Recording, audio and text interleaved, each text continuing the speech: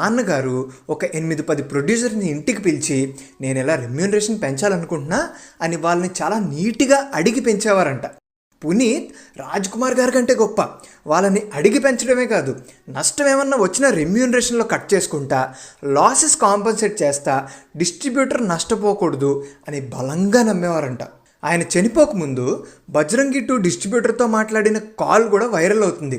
Movie ఎలా ఆడుతుంది, ఏమన్నా అయితే మేము చూసుకుంటాం అని డిస్ట్రిబ్యూటర్కి ధైర్యం చెప్పారు అప్పు.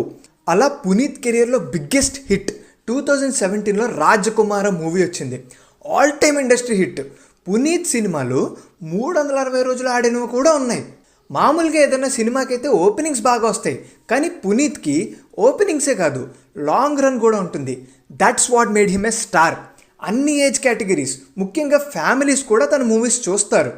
నాన్నలానే తను కూడా దేనికి పడితే దానికి బ్రాండ్ అంబాసిడర్గా చేయలేదు.